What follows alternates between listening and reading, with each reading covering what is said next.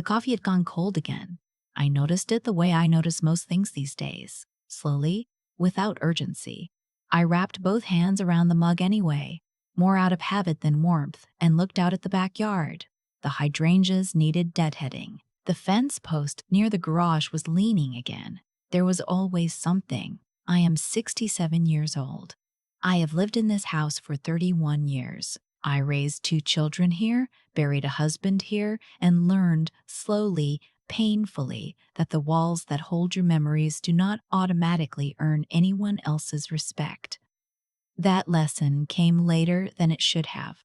My son, my younger one, had always been the easy child. Or so I believed. He smiled at the right moments. He called on holidays. He remembered my birthday, usually. His wife was polite in the careful way that tells you nothing about a person.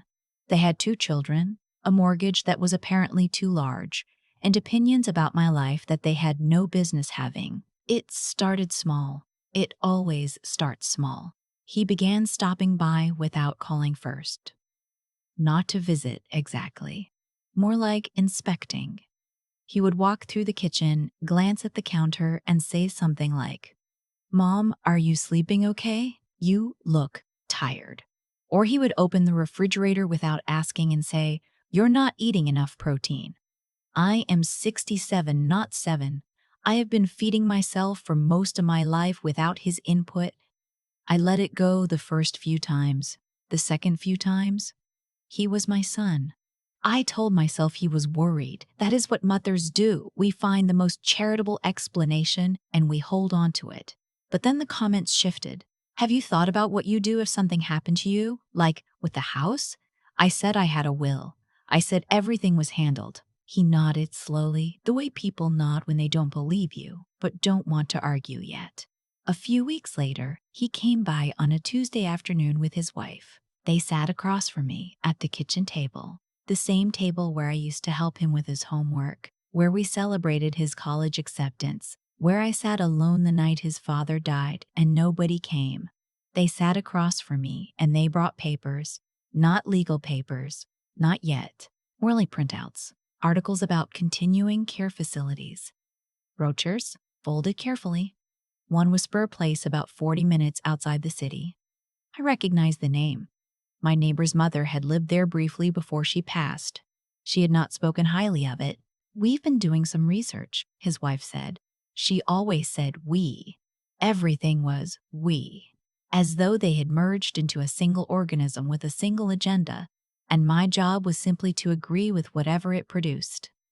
"I'm not moving," I said. "Nobody's saying you have to move right now," my son said. He had a way of adding "right now" to things that made me feel like a deadline was approaching that only he knew about. "I'm not moving at all," I said. He looked at his wife. She looked at her hands. "Mom," he said, "the house is a lot. For one person. The yard, the maintenance, the stairs. What happens when what?" He paused. "When things get harder. They're not hard now. They will be." I looked at him for a long moment. My son, 41 years old, still had the same cowlick he was born with, still chewed the inside of his cheek when he was nervous. I had known this face for 41 years, and right then I barely recognized what was behind it. "Then I'll deal with that when it comes," I said, like I'd dealt with everything else. They left shortly after. His wife took the brochures with her. My son hugged me at the door, that quick, obligatory hug that lasts exactly 1 second, and said, "Just think about it, Mom. That's all we're asking." I thought about it. I thought about it the way you think about something that has lodged itself under your skin. The house had been paid off for 9 years. I owned it outright. I also owned, separately, a small rental property, 2 towns over, a duplex that had been in my family since my own mother's time. I managed it myself. I screened tenants, handled repairs, kept the books. It was not glamorous work, but it was mine, and it produced a steady income that I had never once needed to explain to anyone. My son knew about the duplex. He had known about it for years. He had never once offered to help manage it. He had also, I noticed, never once asked how it was doing until the year his company started struggling. The next visit came 3 weeks later. This time, only him, no wife. That should have been my first signal that the conversation had escalated to something she didn't want to be present for. He came on a Sunday morning. I had just gotten back from church. I was still in my good coat, standing in the hallway, when he said, "Mom, we need to talk seriously." I took off my coat. I hung it carefully on the hook by the door. I went into the kitchen and put the kettle on because I needed something to do with my hands. He sat down without being invited and said, "I've talked to someone." "About what?" "About the property situation." "About the house, the duplex, everything." "Mom, it would make a lot more sense financially if everything were restructured." I turned from the kettle. Restructured how? If the properties were transferred into a family trust, with shared oversight. He was using words he had clearly rehearsed. It would protect you from probate. It would simplify things. Simplify things for whom? He looked almost offended. For everyone. "The duplex is not a problem that needs solving," I said. "I manage it fine." "You're managing it alone," he said. "What happens when—" "Don't say, when things get harder to me again," I said. "I am standing here in my kitchen, in my church clothes, and I am telling you clearly that I am not transferring anything to anyone." He placed a folder on the table. I had documents drawn up, just to look at. Nothing is signed. I did not touch the folder. "Who drew these up?" I asked. "A lawyer friend of mine." "Your lawyer friend?" "Yes." "Not mine." He had the decency to hesitate before he said, "Mom, you don't need your own lawyer for this. It's a straightforward—" I heard the rest of the sentence.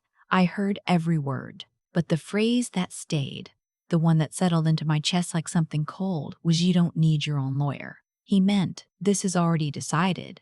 He meant, "The paperwork is already done." He meant, "The paperwork is already done." He meant, "All you need to do is sign." I stood at my kitchen counter and I understood fully what was happening. I asked him to leave. He tried to argue. I told him the conversation was over. He picked up his folder and left it on the table anyway, a move so deliberate it almost made me laugh, as though proximity to the documents might wear me down overnight. I called my older daughter that evening. She lives on the West Coast, and we talk on Sundays anyway, so it wasn't unusual. I told her what had happened. She was quiet for a long moment, and then she said, "How long has this been going on?" When I laid it all out chronologically, the brochures, the comments about the house, the restructuring proposal, even I was surprised by the timeline. It had been 4 months of incremental pressure, 4 months of small moves so gradual I had almost normalized them. "Mom," she said, "you need to talk to your own attorney." I already knew that, but hearing someone else say it helped me stop second-guessing myself. I had a long-time attorney, a woman who had handled my husband's estate and a contract dispute I had years ago with a contractor. I called her office Monday morning. I explained the situation.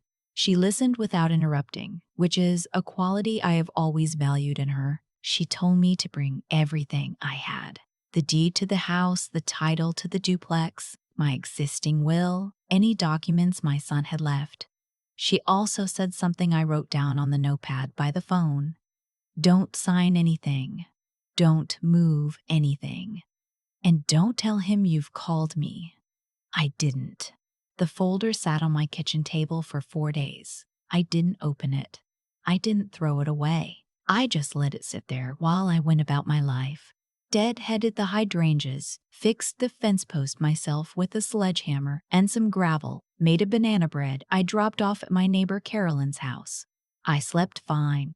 I always sleep fine when I know I'm doing the right thing. My son called twice during those 4 days.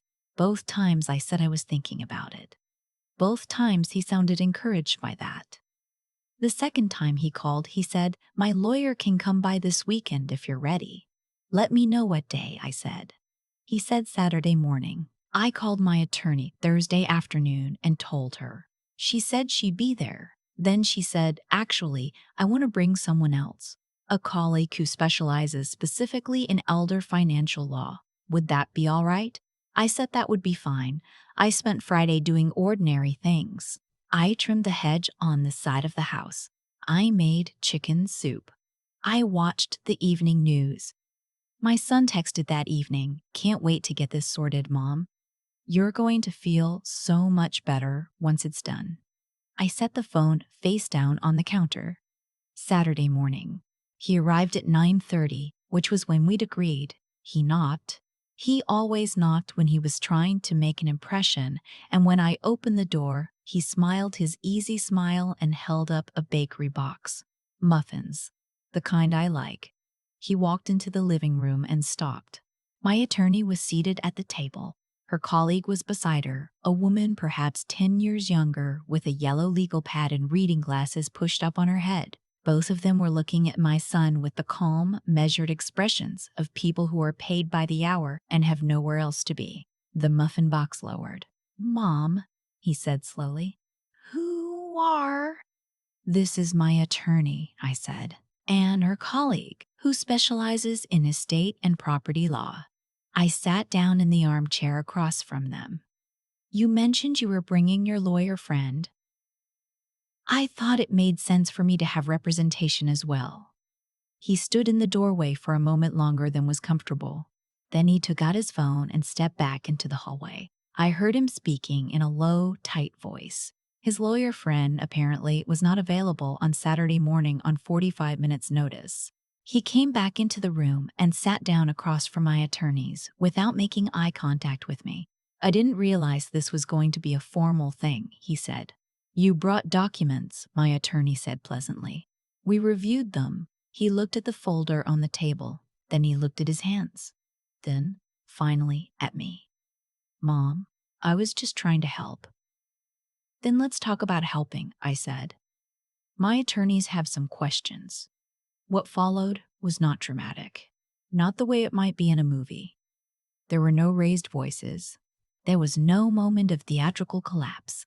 Instead, there was the slow, grinding discomfort of a man who had prepared for a conversation with an elderly woman alone, and instead found himself sitting across from two attorneys who had spent the previous 48 hours reviewing his paperwork. The documents he had brought were not, as he had said, just to look at.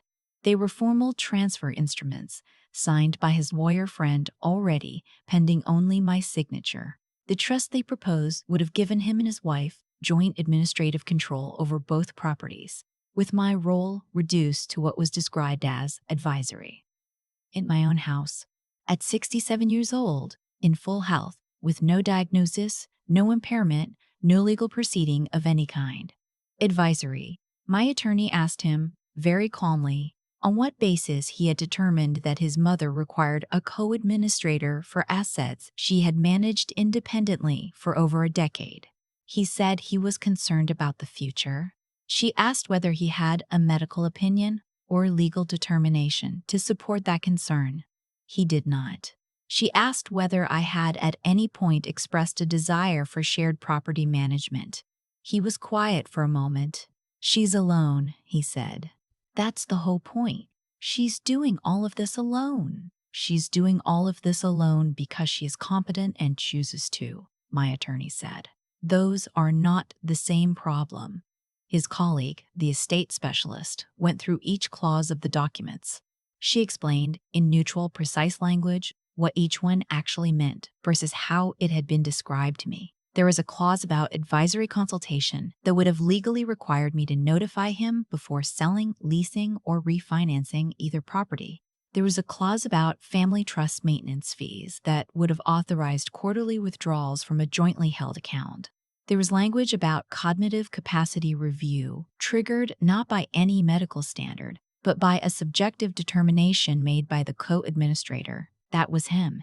He would have had the legal authority to declare me incapable of managing my own affairs based on his own judgment, with no independent review. When his colleague read that clause aloud, my son said nothing. He looked at the wall behind my head. "Did you read these fully before you brought them to your mother?" my attorney asked. I trusted my. He stopped. "I thought it was standard." "It is not standard," she said. We sat in my living room for another 30 minutes. My attorneys explained what an appropriate trust structure would look like if I chose to have one, which I didn't, not yet, but the option was mine. They explained my rights. They explained his limitations. They were professional and unhurried, and I was grateful for every minute of it. My son did not touch the muffins. When it was over, my attorneys gathered their things and said their goodbyes. The estate specialist squeezed my hand on the way out and said quietly, "You did the right thing." He stayed. He sat in my living room after both women had gone, and for a long time, neither of us said anything. "I wasn't trying to take anything from you," he said finally. I believed him in the way I believe people can want something without fully understanding what they're willing to do to get it. "Maybe you weren't," I said. "But what those documents would have done. You understand that now." He nodded. "I need you to understand something," I said. "This house is mine. The duplex is mine. My decisions are mine. I am not a problem to be managed. I am your mother, and I've been taking care of things long before you were old enough to have an opinion about it." He was quiet for a long time. When he finally looked at me, I saw something I hadn't seen in a while. Not the rehearsed son, not the man with the folder, but the boy he used to fall asleep in the back of the car and need to be carried inside. Even at 41, that boy is still somewhere in there. I have not stopped loving him. I probably never will, but love has never been the same thing as compliance. He left around noon. He took the folder, he left the muffins. I called my attorney the following Monday and asked her to update my will. Not out of punishment. I want to be clear about that. Out of clarity. The will now reflects exactly what I want, documented with the care it deserved from the beginning. Both children are in it. The terms are mine, not anyone else's. I also changed the locks, not because I believed he would do something, but because a house is yours when you decide who enters it. Not because you grew up there. The hydrangeas came back beautifully this year. I did not ask for help with them. I did not need any. There is a particular kind of quiet that settles over your life when you stop waiting for someone to try to take something from you. It isn't bitterness. It isn't distance. It's more like standing on ground you have finally confirmed is solid beneath your feet. I drink my coffee while it's still warm now. Small thing, but it's mine. I've thought a lot about what I would have lost if I had signed those papers. Not just the house, not just the duplex. Something harder to name.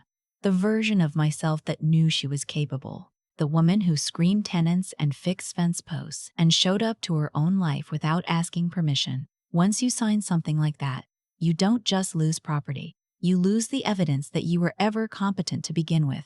And people, even people who love you, maybe especially people who love you, will start to treat the paperwork as the truth. That's the part that took me the longest to understand.